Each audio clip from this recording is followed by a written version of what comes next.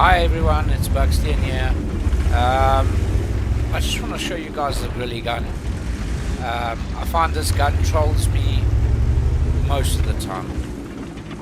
And maybe I'm praying it wrong, maybe I can get some advice.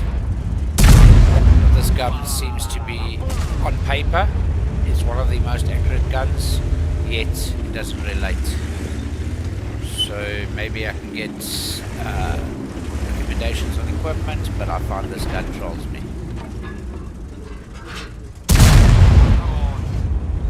Or the game just says no.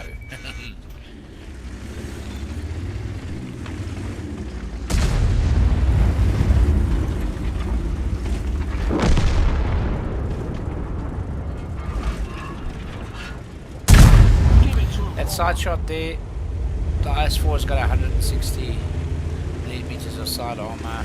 I feel that 279 could have penned that, but the game said no.